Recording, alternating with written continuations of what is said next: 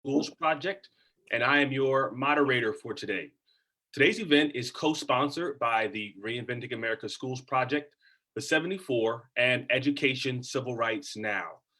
The Reinventing America Schools Project is housed at the Progressive Policy Institute and promotes a model of schools we call 21st century school systems, or school systems that provide parents more choice and give schools more autonomy in return for more accountability. Our research shows that in urban America, public school systems that do this produce the most rapid improvement in student performance. The purpose of today's webinar is a second part to a discussion we had on the growing movement for constitutional right to a quality public education in America at the state level. Understanding individual states have control over how they provide public education to its citizens, we will learn from experts from California and Minnesota about the grassroots efforts and fight for the right to a quality public education. So let's get started. Before I ask my panelists to introduce themselves, we're going to survey you, the audience. At this time, you're going to be able to choose which subgroup you identify with the most, whether it be a parent, an educator, a funder, a journalist, an advocate, or a policymaker. If you're like me, you identify with more than one. But for the purpose of this discussion, which group do you most identify with? And this will help our panelists structure some of their answers to ensure that we are meeting the audience's needs.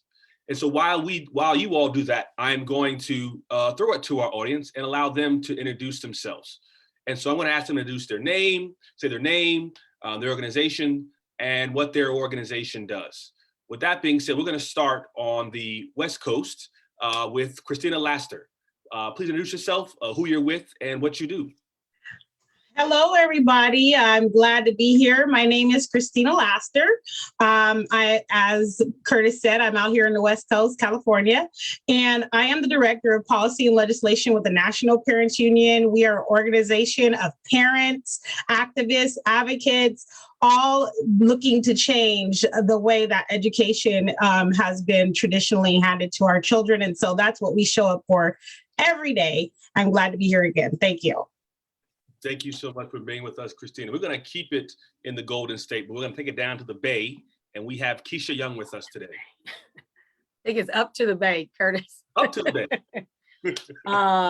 Thank you. I'm Lakeisha Young. I'm CEO of the Oakland Reach. I'm excited to be here today and with all the panelists. And, the Oakland Reach is about, really at this stage of the game, we're about listening to our families and building the solutions. We're about the how. No more talking about what needs to happen. Our systems have long not done what needs to happen. I think it's time for us, and especially us as parents, to be continuing to build those solutions and using advocacy to really push the system to make those solutions happen. We believe with that, we will get to full liberation for families. And in California, Oakland, California, and across the country. So I'm just, happy to be here and doing another webinar with Curtis after so long. Thank you so much for joining us again today, Keisha. We're going to take it to the upper Midwest with Nevada Littlewolf. Hey, Goetsch. My name is Nevada Littlewolf, and I'm the Executive Director for Our Children Minnesota. And we are the organization that is doing the work to pass the Page Amendment in Minnesota, which is our constitutional amendment to guarantee a civil right for all children in Minnesota to have access to a quality public education. We are an organization comprised of parents, teachers, students, education advocates. We are Black, Indigenous, Latinx, Hmong, Somali, and more. We are urban, suburban, rural, and tribal nations. And we are business leaders and nonprofit leaders. We're a very strong coalition here in Minnesota working to have our constitutional amendment get through the legislature this year and on the ballot in November and ultimately passed and enacted. So thank you for having me here today with you all. Thank you for joining us, Nevada. We're going to be joined also pretty soon by State Representative Hassan as well. But before we go on, I definitely want to recognize my brother, Chris Stewart, also from Minnesota, but is currently in the city of brotherly love. Please introduce yourself, Christopher Stewart. Well, I'm Chris Stewart. I'm the CEO of Brightbeam. We are a national education nonprofit. We focus mostly on using digital activism to inform the public and help people take action on behalf of children. We run an annual child justice campaign that contains all the issues, the practices, and practices and policies that we think should be prioritized to help young people thrive in their youth. And I am in the city of brotherly love right now, but I am also with Nevada here in Minnesota. No, thank you all for joining us. We have an all-star panel of experts on a most important topic. Before we get into our first question, I do want to show our survey results to see who's actually in the audience. And as you can see, nearly 60% of those who are tuning in see themselves as advocates. The overwhelming majority. And so these are folks who may also be parents, educators, and policymakers. But on today, this is something that is incredibly important. And you're going to hear from 4 amazing individuals who are going to give you a lot of information to take your advocacy to your capital. And so before we jump into today's topic, I want to put it to context. Today is the second day of Black History Month, a month dedicated to the recognition and excellence of African Americans and their contribution to this country. Chris, I want to come to you first. What role particularly have African Americans historically played in establishing the foundation for public education in America? I think this is such an important question because when we talk about Black history and Black folks' place within American history, we often talk as if we were bystanders or somehow the recipients of other people's efforts. And it's just not true. We are foundational to public education in the United States and education in general. Prior to public education, we were by hook or crook getting our own people educated in church basements, in backwoods, in meeting houses, to whatever extent we could. Literacy was freedom to us. Education was freedom to us. So we were putting our own nickels and quarters and dimes. We were building schools. We were hiring teachers. We were firing teachers. We were housing teachers in our houses so that they could teach in our communities by our own kind of system of Black education. We were doing it kind of on our own. When it comes to the Reconstruction era, African Americans played a primary role in actually founding what we know today as tax-funded public education, universal for all. That was very much out of the Black Reconstruction era, Black Republicans who knew that our interest was tied up with everybody else's interest. Ignorant people anywhere was a threat to us.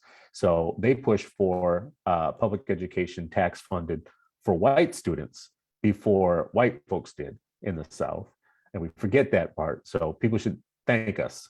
People should say thank you, because at that time, it was very much an aristocracy, right? Like, education was for the elite, the plantation owners and others, not for poor white folks, not for Black folks, not for anybody else.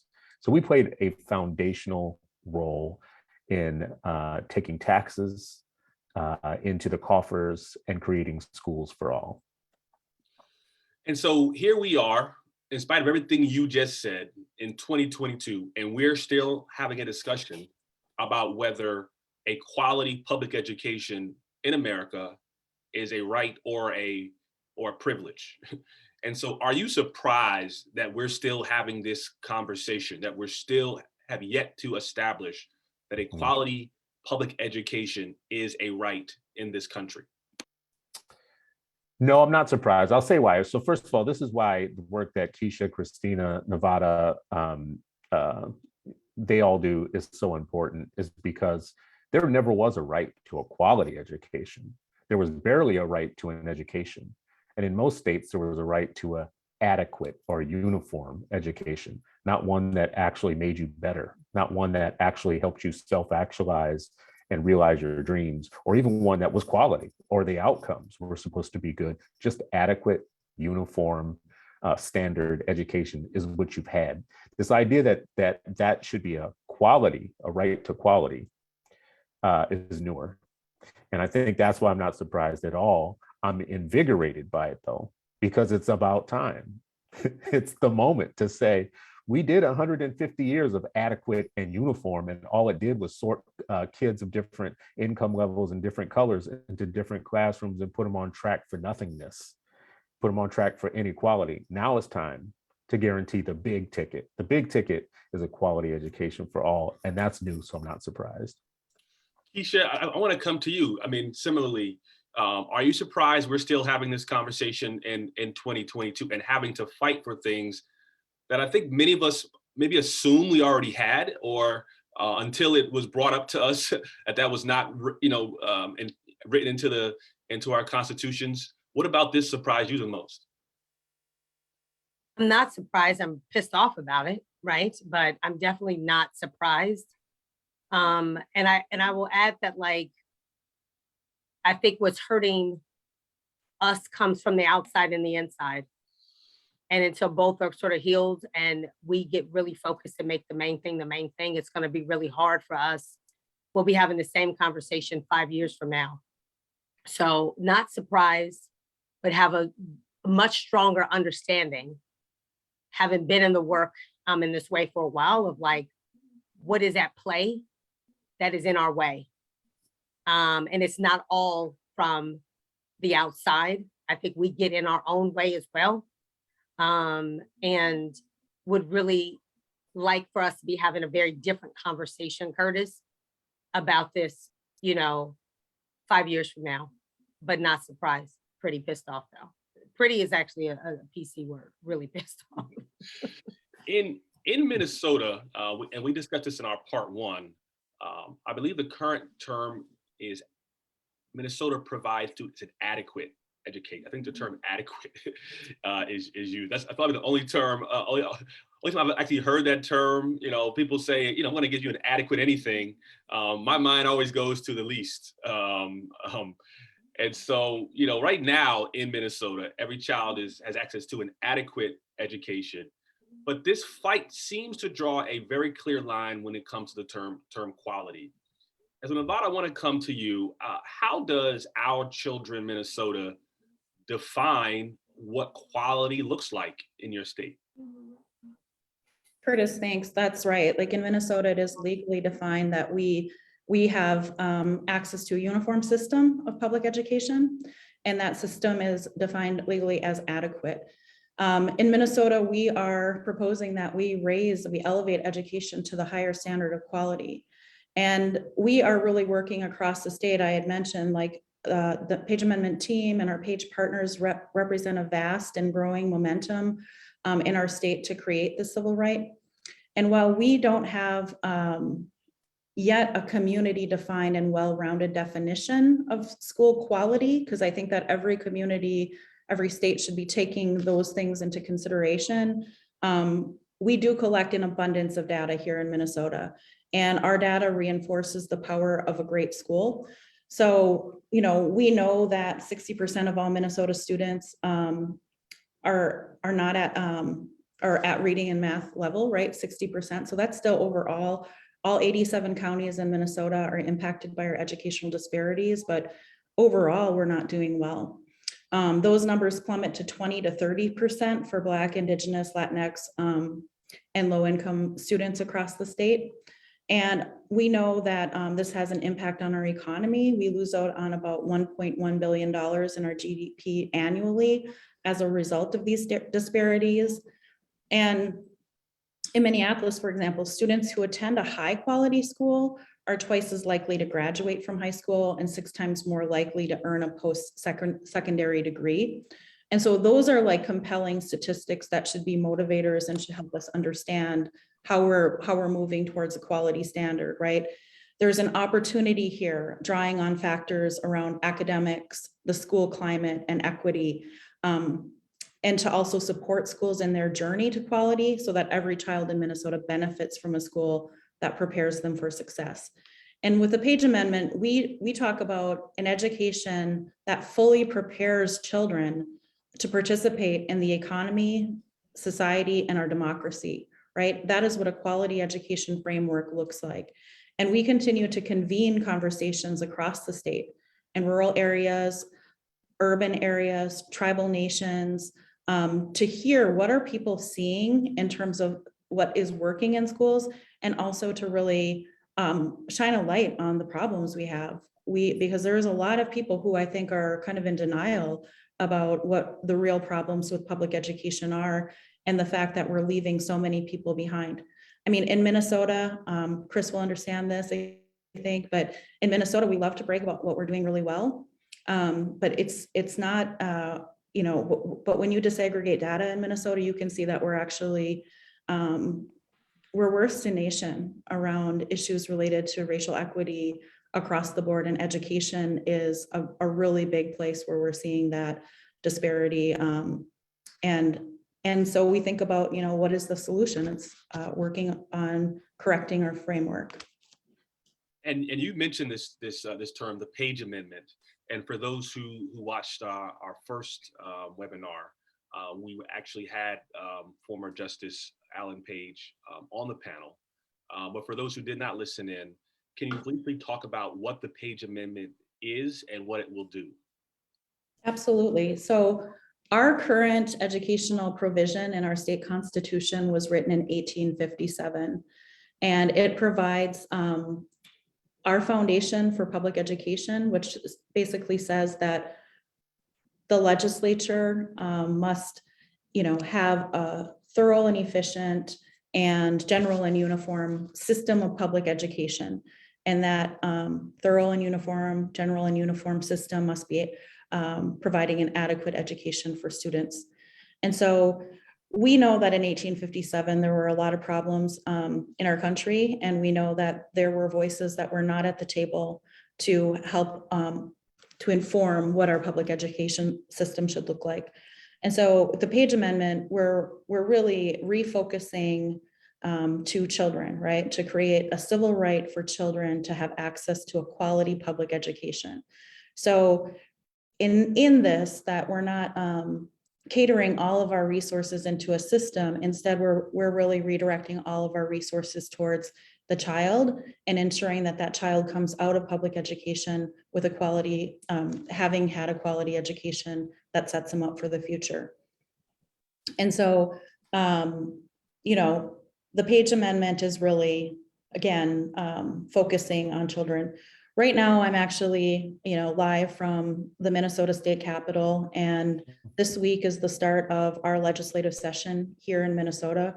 And we're working so hard to ensure that our lawmakers are engaging around this issue, that they're signing on to the Page Amendment, that they're being a part of the conversation to make this, to move this forward and to make sure that we have it on the ballot in November, because we know that 79% of Minnesotans across the state support the Page Amendment. And for our process here in Minnesota, we have to have the legislature put it on the ballot for people to vote on it. And ultimately for us, we want it on the ballot. We want each and every Minnesotan to be able to weigh in and to make their voice heard in terms of ensuring that our value, our highest value in Minnesota, which is ensuring that our children have access to that quality public education, is heard and then is enacted. And that will change the future of Minnesota, and it will change the prospects for generations of children to come. So we're really excited to be doing this work here in Minnesota and getting it onto the ballot. No, thank you so much, and for all you're doing. I want to go to California, and I want to come to you, Christina. And in many ways, people sort of talk about Minnesota and California similarly, because the two states have sort of taken this effort the furthest. But in many ways, the approaches are a little different when it comes to how these amendments will be enacted. So, Christina, tell us about the process the state of California will undergo to amend the state constitution to ensure every student has a right to a quality education. Thank you. So first, I want to acknowledge what my dear sister Keisha said. She's pissed, right? We're in the same state. Nah, sis, we're indignant. Okay. And so if we look at the outcomes, and then I want to acknowledge that Christopher said it's Black History Month. Yes. If we look at the outcomes, they're criminal. Right. Our children are graduating not able to read and write and function at a rate where they should be able to read and write. And so that's what parents care about. So when we talk about the process and we try to merge organizing with access to law, parents might not understand the political processes, the governance structure, the constitutional amendments and guarantees and things like that. But parents want their children to be literate. So that is part of the process.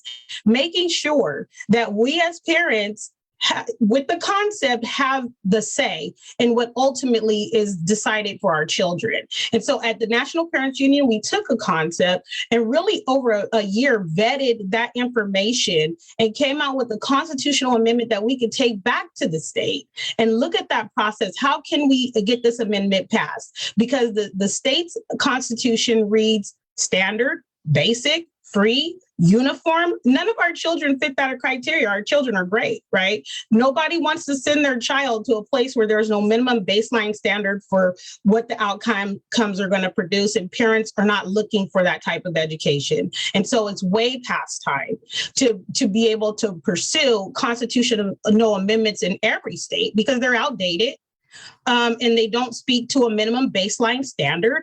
And they produce the outcomes of basic, right? And not even basic in some ways. And so we started to really look at that process, merging, organizing with governance structures, with law, talking to lawyers, constitutional amendment framework.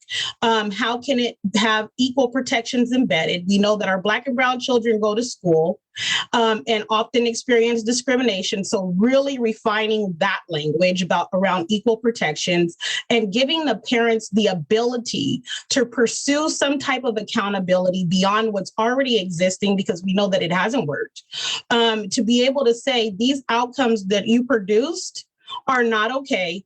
And my child should have higher outcomes academically when they are receiving the education. That's what education's intended purpose should do. Even the UN has a right to a fundamental right to a quality education, right? So that children can reach their fullest potential. And so part of the constitutional amendment process was having parents all together, vetting this language, saying what we need, polling to find out what parents really wanted, bringing it back to the community and saying, is this what you really want? And explaining exactly what does it mean to have a constitutional amendment, and now pursuing a ballot measure that will have an initiative. So that was a part of our process. And so what role are parents playing, and can parents play in order, particularly in California, in order to bring this to fruition? So particularly paying attention to the ballot measures, right? I mean, really aiming to put this on the ballot for 2024, but then reaching out to the community to offer that education around what is the constitutional guarantee or right about equality education, and really helping the community to understand that there is no guarantee, a constitutional guarantee. A lot of parents are upset. They get mad and say, you know, I have a right to, but really constitutionally we don't. Right? Because there is no minimum baseline standard. And so even though our desires and our purpose statements all sound good, we need to have them codified, which means they need to be in law for them to be actionable items. So really, really starting to have those discussions in your communities and supporting the work to pursue that constitutional amendment and change really actively. I'm sorry, back to you, Nevada, really quickly. What can parents in Minnesota do in order to support our children in Minnesota in your effort to ensure that this ballot measure is passed? Yeah, I mean, what we're seeing parents do is really have conversations with people in their community around why this is so important to them. We just had a press conference here at the Capitol, and we had just so many parents show up for that to really tell why they care about this, tell their story and what it means, and what it means for their children. Because we're really hearing, you know, from so many parents that are like, this is impacting my kids right now, right? Like, and we don't want the future generations to have to deal with this, but we also want to like get our legislators to pay attention right now, because we're the ones who are really we're feeling the pain of the problem right now. And so I think the biggest thing that we see parents do is really get out, tell their story, talk to legislators, talk to others in their community, and really do what what is pretty like high value for us is relational organizing. So being able, especially during COVID right now, it's being able to talk to your friends, your neighbors, your colleagues, to others, to be able to say, hey, do you have a child in public school right now? Or maybe you have grandchildren in public school right now, or maybe you just care about the future of Minnesota and our economic outcomes and our social outcomes. Like, how do you start talking to people about the importance and the impact of a strong quality public education? And in those conversations, then urging everyone to call their legislators to get them to do the work on the Page Amendment and get it past the session. That's how our parents are engaging. Thank you.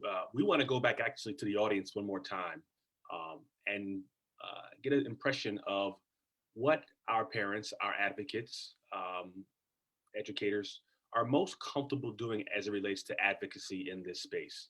And so we're going to put out a poll, and you only can choose one. And the question is, what would you be most comfortable doing to ensure a constitutional amendment to equality education? Would you be comfortable testifying at a hearing, writing a letter to a legislator, attending a rally like Nevada organized today, donating money, or writing an op-ed? What of all of these 5 things would you be most comfortable doing in order to ensure that your state had a constitutional right to a quality education? While you're doing that, I do want to come to you, Keisha. Just understanding that throughout history, social movements relied on community-based organizations with a vested interest in the outcome of what they were fighting for. In many ways, like Oakland Reach is that SNCC, is that organization that is embedded within the community and is run by people from the community. And so, what organizing tactics has Oakland Reach used to bring about legislative and political change in the past in Oakland and in California? I know you have another question with that too, Curtis, that I feel like I want to tack on to close out what they've said. Is that okay if I start with that first? It's your world. Go ahead. Because you asked a question about the amendment and how, so if I can ask that first, and then I'll answer the second part of it. But I do want to piggyback on this a bit, because obviously this amendment is in play in conversation here in California. I think our big push is, I'll start with this. I think I've learned over the past 5 years is that parents don't want to go to board meetings. I never wanted to go to any board meeting I ever went to. I've been to over 100. We don't want to write letters. We just want to drop our kids off at school and know that they're going to like read and do math and do so at a level where they have options. So if we like think about that simplicity that's been so complicated for our communities for so long, it may like force us to rethink the ways in which we push parent rights and parent power, right? So what I'll say is, when I think about this amendment, it's a law, right? Like, it's something that is like big and lofty. And so the question is how does it become accessible to a parent? How do we help legislators understand what quality actually even means? Like, I've got to let some like judge has got to like vote on this, and like, what is his definition of it?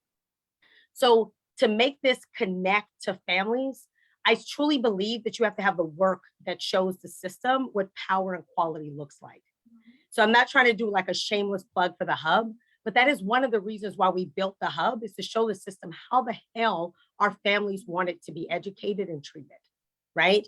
And now that we have it, now that our kids are reading, I mean, our kids experience learning gains when everybody else was talking about learning loss. We now have a model. We now have something to say, this is what quality looks like. That's number one. Number two, we're about to step into going after the collective bargaining agreement, because parents should be at the table on decisions that are being made on how, when, and where their kids are being educated. I can't trust a judge in Sacramento to understand that parents being at the table for a collective bargaining agreement is how we get to quality. We have to actually say, here are the 4 or 5 things that is happening on the ground that spells quality to us. And when and if we ever have to bring this to you in a lawsuit, you know exactly how to vote on this stuff. So I feel like to make this connected to the families, the work that's happening on the ground, the solutions that are happening on the ground have to be the examples of quality. We are responsible for building the examples of quality that we want the state to uphold. If we don't, we are going to get it wrong, even in our efforts to make them agree that we deserve quality. I hope that makes sense, what I just said. If it didn't, I can clarify. But I think it does lead into the tactics and organizing piece. Obviously, we've had a policy called the opportunity ticket. We won that policy in 2019. Ironically, 3 years later, we are thrusted back into that policy again because our district is about to go through some consolidations and closures. And for folks who don't know the opportunity ticket, it essentially says that if there's consolidations or closures, folks from those schools have a priority. Families have a priority of where they want to go. And if they choose to go to a school in the hills, they will have preference above neighborhood schools, neighborhood families. We won that policy in 2019, but there was so much political ruckus around this consolidation stuff that it got put on hold. We had the pandemic. So now it's back and the opportunity ticket is back thrusted in front of us. And we weren't prepared for it, to be honest with you. And as we speak, we are trying to get ourselves prepared for the implementation of a policy that we put forward that got held for 3 years, right? To make sure that this policy, see, everybody is like screaming and fussing and hollering in Oakland right now. On February 8th, the district is going to make a decision, whatever decision they make. And on February 9th, everybody that's hustling and hollering and all this stuff, they're going to go back to their houses and straighten up their Black Lives Matter signs in their windows, right? Who's going to back these families up? Who's going to make sure that they understand what this means for the future of their children, right? So that's where organizations like ours on the ground, like who are solely focused on families and kids, that's it. We have to build the solutions, right? And when we talk about, I mentioned just a minute ago about the collective bargaining agreement, right? Why are we not challenging the collective bargaining agreement? This has to do with our babies, the ways in which they're taught, the time of day of when they're taught, everything that we were trying to do when it came to the hub and bringing innovation to our families and power to our families, we couldn't do because of state legislation and agreements that were made that our families were not at the table at. When are we going to say enough, not just in our mouth, but in our action and our advocacy, right? And how are we going to help the state understand that these are the type of tables we want to be at? These little mini plastic tables that you guys are setting up for parents, these are not the tables we want. We want the hard redwood tables with the gavels. How are these people going to make the right decisions? We have to show them what quality looks like. We have to show them what parent power looks like. If not, these amendments, these things, I mean, we filed a lawsuit against the state of California, December of 2020, and we're still in it. Lawsuits take time. They take time and they're cumbersome and they're heavy. And in the meantime, how are we going to make sure kids can read and write? So I'm not saying that these are not levers that we shouldn't push. I think we should push multiple policy levers and programming levels. But these folks will never, ever get it right if we don't put the solutions behind the fight, because they don't know what the hell they are doing. And I'm sorry to sound so passionate about it. I'm damn near about to cry because this stuff is so upsetting. But I think we get it just as wrong on the inside as the people we blame on the outside. And it's almost like we're fighting the battle from both angles. And we still got kids that cannot read and write. Our parents did not ask to come to board meetings. They came to board meetings because we told them that this is the pathway to your liberation. The question I asked us, is this really freedom for our families? Is this really freedom? Are we really giving them what they asked for?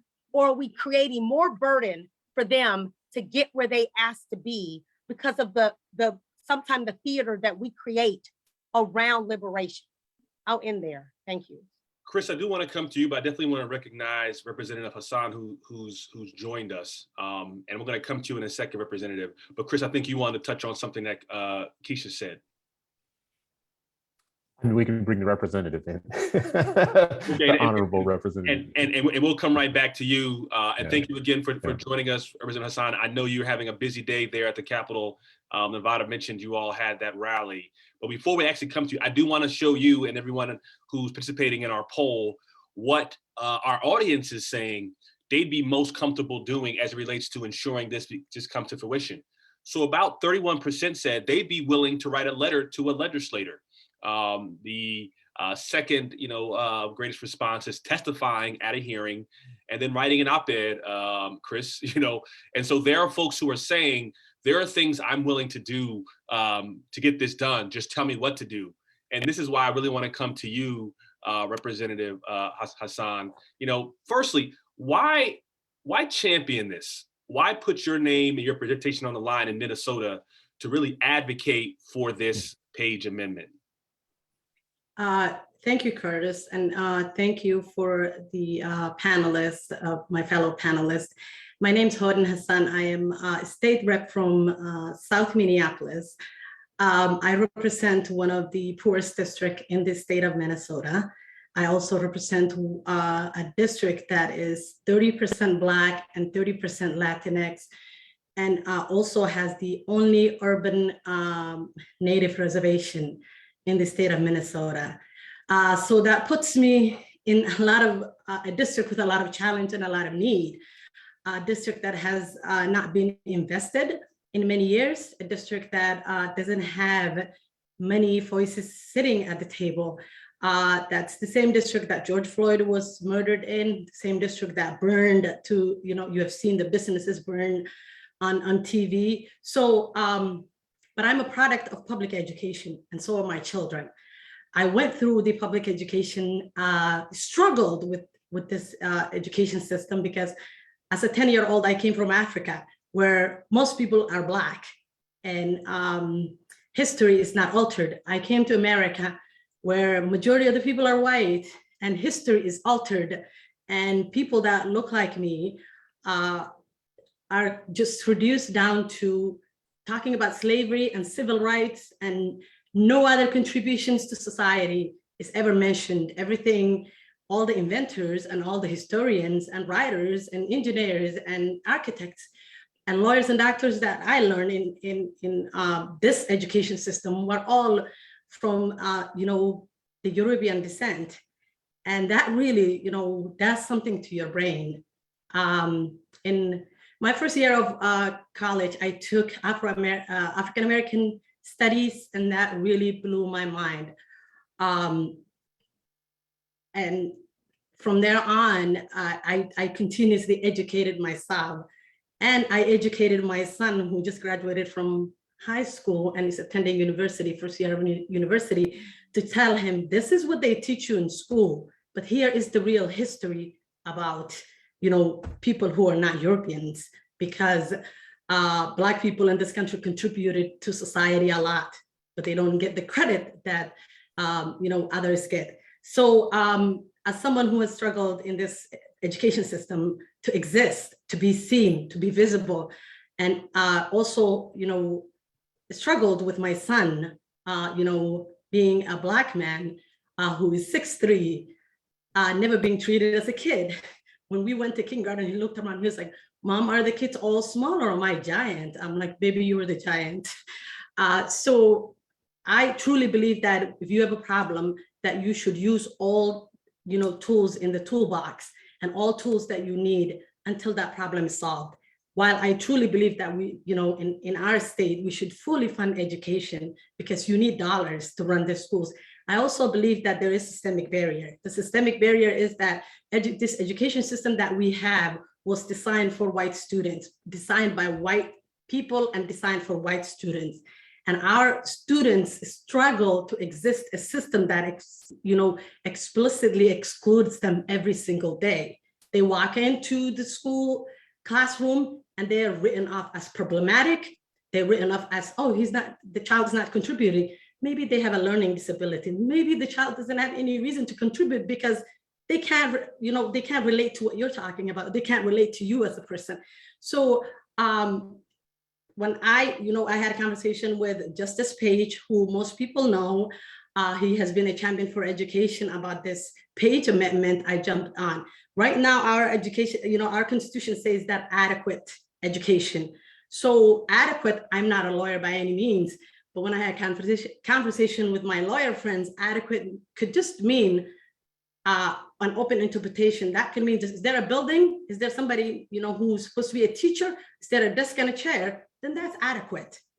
I don't think our children should get at the short end of the stick and stick with adequate. Do I believe that, everyone should be at the table, parents should be at the table? Do I believe that, we should engage our communities to design what education looks like for us? Absolutely. But while we get there, I'm also trying to look at every avenue to find solutions for this really, I'm not going to say broken system, intended exclusive system, that does not want our kids to be included. So that's why, and I'm glad that a lot of people said that they are going to write letters to the legislator, because we need everybody to write letters to the legislators, because many people don't believe that what we're doing is going to be impactful, but I believe it and I stand by it. Thank you so much. And Chris, I want to come to you, but I want to put this fight in a larger context, particularly with those of us who are really advocating for, educational excellence in this country every day. And maybe, this constitutional amendment is not something you work on every day, but I believe it's a foundation of a lot of the other things that we're fighting for. And so in many ways, I think this so-called education reform movement, I believe, is at an inflection point. People are sort of going back in many ways to the drawing board about how, after all these decades of investment in time, we're not seeing the gains reflected in a lot of what we put our money and time in. And so, Chris, I'll come to you, and I think I want everyone to sort of jump in here. Can the fight for, whether it's school choice, equitable education funding, supporting students with special needs, supporting students, English language learner students, can those fights succeed without this established right to a quality education? So let me say this: it hasn't thus far. And I want to say some blazingly simple stuff. I want to be the simple guy here, because you have all these like very smart queens on here, and you got me like getting washed out here, bro. Like I see how you stack the deck against me. But let me be simple for a minute, just super simple. We're asking for a constitutional right to a quality education, and there are people against that. Let that sink in. Just let it sink in that somebody, you would say, hey, I think we should have a constitutional right to a high quality education, and that there would be anybody anywhere in the United States who would say, I'm not for that. And it actually is no more fancy than that. Like, if you look at the language that we are trying to get past, it's not super fancy. It's not an outlandish ask. So my question is, if you were against this particular effort, first of all, why do we have to fight so hard? Why is this a fight? Why is this even a thing? Why are we spending so much time having to think about passing a constitutional right to a high quality education, and who would be against it? People who would be against it for all kinds of complex reasons that they might bring up right now, you have to ask them, well, have you been okay with the way things have been so far? Because without a constitutional right to a quality education, we haven't monitored the right things. We haven't paid attention and been held accountable for delivering quality. We haven't had any teeth in the law to make sure that there were some levers to pull when we weren't receiving quality, right? That's what an amendment gets us right now, and we don't have it. We don't have any teeth in the actual law right now for 150 years of failure, 150 years of kids being tracked into very different outcomes, life outcomes, very different prophecies from kindergarten in some places, definitely from middle school, being put on the track to college or being put on some very different track. Minnesota is it's the fourth best place to raise a family in the United States by national rankings. It's the third worst place to raise a Black family by national rankings. That should tell you that it is possible to have like some universal kind of understanding of things that has very disparate impacts on people. We are the Finland of the United States for white people. We are doing worse than Mississippi and other places when it comes to reading for Black kids, right? And here's something I want to say about what ed reform does with parents that I gotta just call out for our own effort. I'm gonna leave it alone. I think ed reform idealizes a very specific set of parents for some very stereotypical reasons of which parents are authentic and which ones aren't, and what they want those parents to do and how they want them to show up in the world. But I'm telling you right now, white mothers in suburbs are now having states completely rewrite curricular expectations of what can be taught and what can't be taught.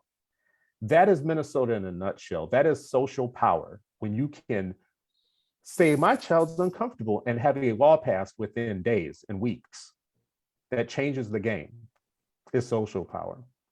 So if we really want to push things in places like Minnesota and elsewhere, we're going to need more people to be accountable for coming to the table on these things. Yes, you can testify. Yes, you can write a letter. Yes, you can show up however you show up. But we don't even need to tell you what to do, because white women's social power in Minnesota, I don't know how it is where you live, but gets things passed or killed in terms of bills like nobody's business, right? So if we want to just be real for a minute, we got to stop having a stereotypical idea of which parents we want to put the onus on to show up and get loud and do things. And while we're letting everybody else off the hook for creating an equitable society, right? Because I can guarantee you, and I say it all the time, friend Linnell Michelson here in Minnesota said it at a school board meeting once. If little white boys and little white girls were failing at the rate that little Black girls and little Black boys are failing, we would have redone the entire system from top to bottom by now. We would have fired people, changed practices and policies. We would have reinstalled an entirely different regime if it was white kids. And I don't know what it's like where you live. I can guarantee you that that's Minnesota in a nutshell. Christina? Well, I know where it's like where I live, and here in California with the fifth largest economy in the world, we still can't pass children, more than 50% of our children at grade level for reading and writing. And if you're Black, that's 67% not at grade level for reading and writing, and 80% not for math, right? And so how is the upward mobility going to happen? I really wanted to really hone in on the way that parents are viewed differently in those experiences, right? I always ask the question, when are our legal experiences going to match our actual experiences with freedom? Are legal freedoms going to match our actual experience with freedom, right? And so this is what we're talking about. What is that pathway of liberation? Why is there two separate lanes where you have people that are fighting against something that should be fundamental, right? We have consistently had to codify what should be innate and human and humane. And so why are those separate lanes existing? And the people that are opposing a quality education, why are they in that separate lane? And then us as parents that are advocating for a quality education viewed as the villain or the enemy, right? And why do they have more social and economic capital to be listened to than the people that are just seeking to thrive through the education system so that their children can have upward mobility? There is something backwards about that, right? We should not live in a society that celebrates, venerates, and honors illiteracy, and then says that parents are villains when they stand up to speak up and fight back because they were tired of their children being illiterate and can't read and write. And they're told by compulsory attendance, you have to take your child to school for this many hours a day, this type of setting. Here's the free public school. Come on and enroll them in, or you can get, a truancy officer at your door if you don't, right? And then drop their child off, advocate, and be considered the rowdy, wild parent nobody wants to deal with. And you know what? Just ignore that parent. And they're really just fighting for a basic right for their children to be able to come to school and the school to meet its intended purpose of providing an education, not having a fifth grader who can't read and write, not having a 12th grader graduating from the achievement gap into the racial wealth gap because they're reading at a second or third grade level. And so we really need to ask the people that are opposing our advocacy, why, right? Why? If you can't give a valid reason, then it's just for something that I call, we can't legislate hard change, but we can legislate justice. And so that's what we will pursue, and that's what we'll do. Did you want to jump in here, Keisha? I just actually echo everything Chris said. I mean, I feel like he said it in a brilliantly different way than I would have said it, but it's like, I don't know if we just heard him say that, like, when white privileged women don't like something, things change, right? They know exactly what to go over and how to go after it. And things happen overnight. And we create a thing where we are just like accessorizing and playing around the playground on this.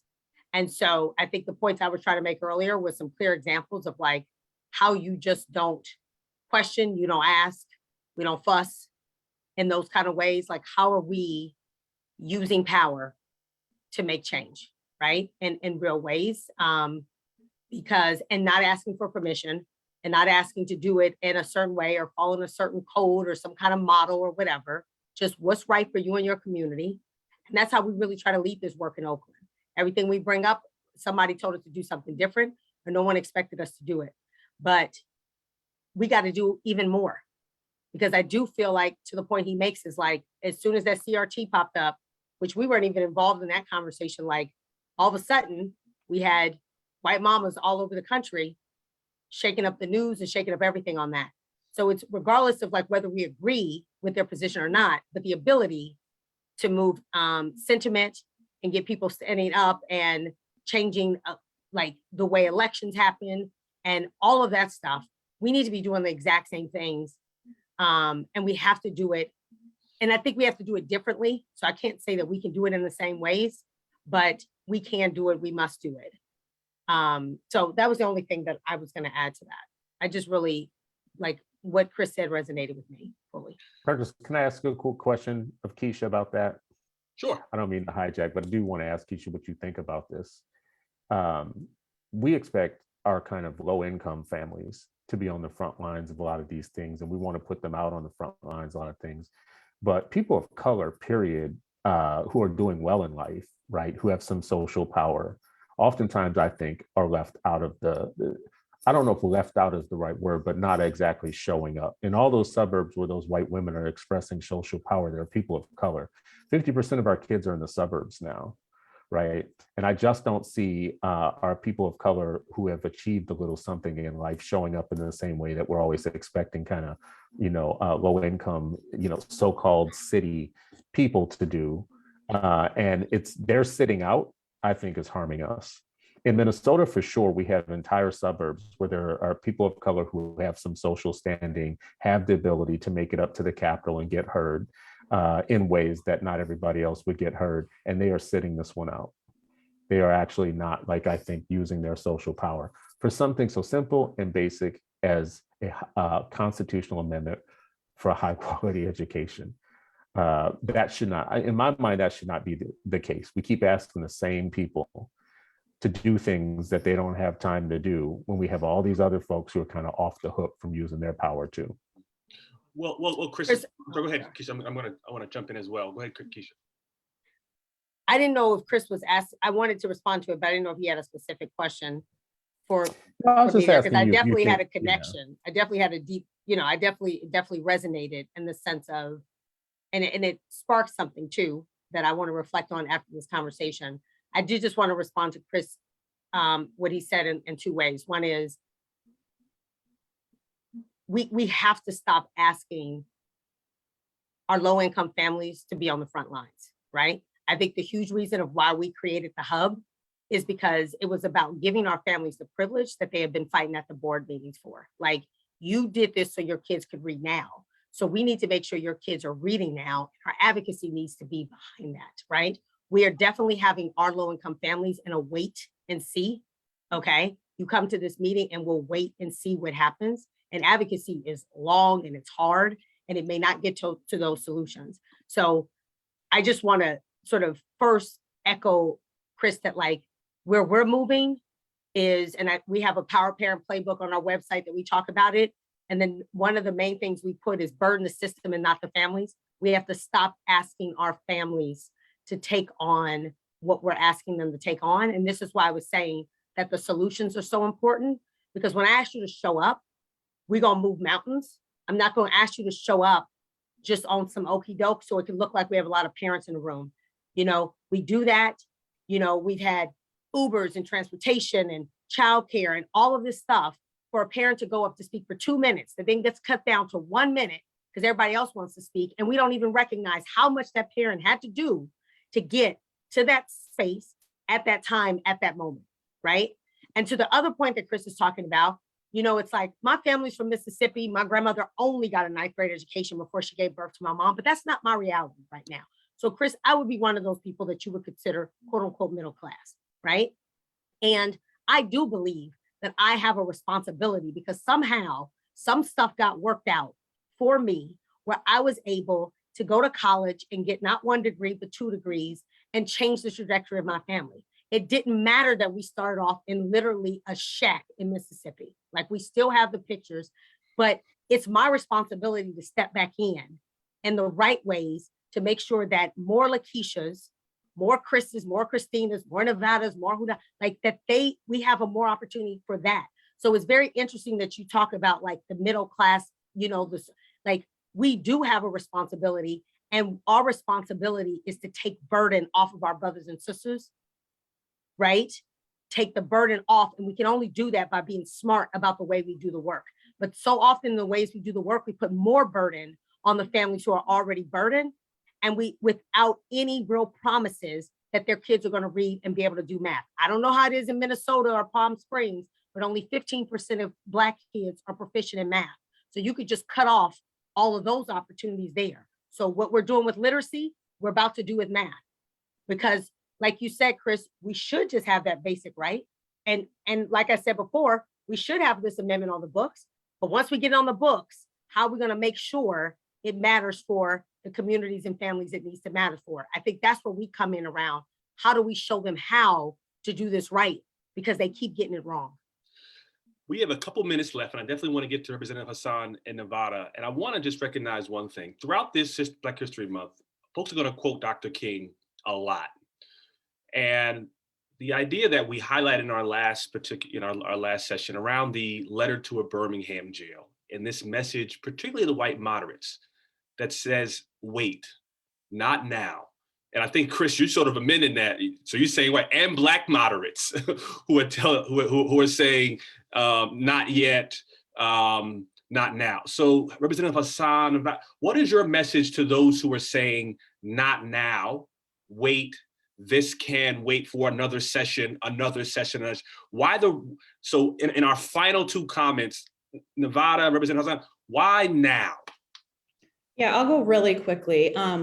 You know, we're not talking about dismantling the public education system in Minnesota. In fact, what we're talking about is strengthening the public education system in Minnesota and creating accountability in our schools. So now is the time. All the pieces are here. We really can't wait any longer. We can't afford to wait any longer. And we know that what we're doing has not worked and the problem persists. It is absolutely the time right now to get this on the ballot. This year is like a statewide election, and every single legislator is on the ballot across Minnesota. And we know that people are going to be showing up in November to vote. And we also know that we have 79% of Minnesotans support the Page Amendment. We want it on the ballot this year. We want to see it pass, and we want to start implementing quality public education after that enactment. And I will pass it over to my colleague, Representative Hassan, to talk about the urgency. Thank you, Nevada. I think Nevada hit this on the head. I think the wait is over. We can't wait anymore. Our kids can't wait. The more we delay this is more kids not graduating high school, more kids not going to college, more kids not becoming productive members of our society. And Chris, said this earlier. Minnesota is a great state for white people, but it's also a terrible state for Black and Indigenous and people of color. We have the worst education gap. We have the worst economic gap. We have the worst health disparity. You name it, housing. And that needs to end. And if we are educating our young people and giving them the opportunity to become astronauts and physicians and, pilots and engineers and every possible, thing that they can imagine, if we're providing that, then it's gonna, the economy is gonna look better. Forget about moralities, because sometimes people don't like to talk about morality. Let's talk about an economic opportunity. Minnesota needs these young people. Minnesota needs these people to join the workforce and become productive members of society. And if we don't do this, we're just going to continue talking about admiring disparities, because that's what we do in Minnesota. We admire disparities. We talk about it, but we don't do anything about it. So I think that, the people that are listening that are from Minnesota, I want you to call your legislator. I need you to call your senator, House, rep. I also need you to call all leaderships, governor, speaker, majority leader in the Senate. You need to tell them that we need this amendment. We needed it yesterday, but we need it today. We need to pass this legislation. And then also one more thing before I forget, Keisha, I really need to connect with you, because I wanna get my hands on the way that you guys are doing the literacy, because our literacy for Black students and students of color, Indigenous students, is terrible. And then also quality education. For this amendment, we want parents to define quality. We want educators to define quality, and we want stakeholders to define quality. I don't want my colleagues who know nothing about the Black community or the brown community or the Indigenous community to sit at their desk and say, okay, this is what quality looks like. So that's why I'm excited about this amendment. I think it would make a huge difference. With that said, we're still gonna push all the other issues, including literacy.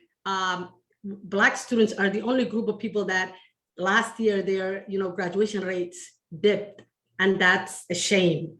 That we should be shameful about that, because at this day and age, kids should have every opportunity to graduate from high school. Thank you so much. And I want to thank you all for joining us today, everyone who listened in. And I want to end on a quote I heard recently.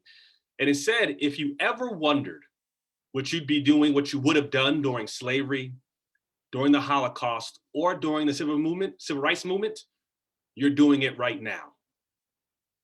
Listen to that. If you ever wondered what you'd be doing, if I lived during the civil rights movement, I'd be marching with King, I'd be doing these things. What you would have done then, you're doing right now. And so if you want to get involved in this fight, if you're saying, I don't live in California or Minnesota, and I want the fight to come to my state, follow the 74, follow Education Civil Rights Now, the National Parents Union, the Oakland Reach, Our Children Minnesota, and Brightbeam to get involved in this fight. Again, thank you all so much for joining us today. Happy Black History Month. And let's continue this fight to ensure that no child in this country does not have a quality public education. Thank you so much. Have a great day.